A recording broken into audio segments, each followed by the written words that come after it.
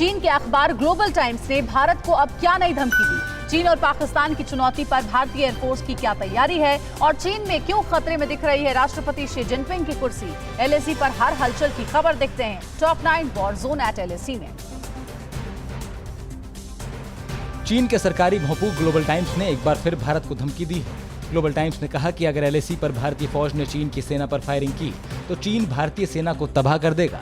अपने प्रोपेगेंडा को आगे बढ़ाते हुए ग्लोबल टाइम्स ने कहा कि भारतीय सेना कोरोना से बुरी तरह से प्रभावित है। एलएसी पर चीन की हिमाकत का जवाब देने के लिए भारत ने बड़ी तैयारी की है। एलएसी पर आर्टिलरी गन तैनाती का एक्सक्लूसिव वीडियो सामने आया है, जिसे फॉरवर्ड पोस्ट पर तैनात किया गया है। चीन के खिलाफ भारत की सामरिक तैयारी पुख्ता है। चीन और पाकिस्तान की तरफ की जंग की धमकियों के बीच भारतीय वायुसेना ने कहा कि एयरफोर्स दोनों फ्रंट पर दुश्मन से लड़ने के लिए तैयार है। एयरफोर्स ने कहा कि भारतीय वायुसेना रात के समय में भी दुश्मन के खिलाफ अभियान चलाने और दुश्मन को तबाह करने के लिए पूरी तरह से सक्षम है। वायुसेना ने पीओके और चीन बॉर्डर के करीब सुखोई 30 MKI फाइटर जेट उड़ाकर अपनी ताकत दिखाई। इससे पहले वायुसेना लद्दाख के आसमान में राफेल की तैनाती कर चुकी है। वायुसेना चीन और पाकिस्तान बॉर्डर पर दुश्मन के खिलाफ पूरी मजबूती से अपनी तैयारियों में लगी है। चीन अब भारत के आगे घुटने टेकने को मजबूर होगा, क्योंकि 6th जनरेशन जेट की रेस में भारत भी शामिल हो गया है। यूके के साथ मिलकर भारत 6th जनरेशन जेट बनाएगा। इस टेम्पेस्ट प्रोजेक्ट में इटली और स्वीडन भी शामिल हो सकते हैं। चीन के राष्ट्रपति शी जिनपिंग की गद्दी खतरे में है। अमेरिका लगातार ड्रैगन को घेर रहा है।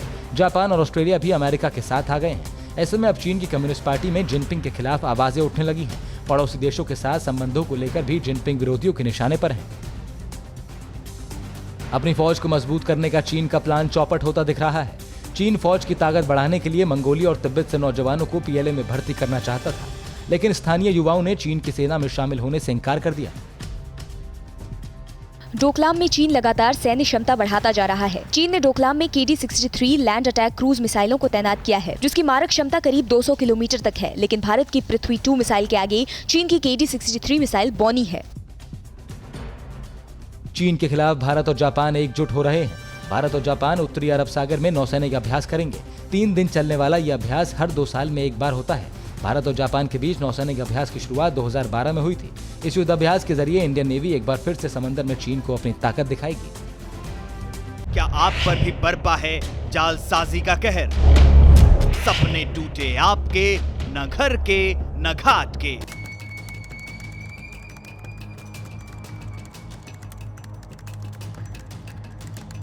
देखिए लूट घर हर रात 9:30 बजे। फिक्र आपकी,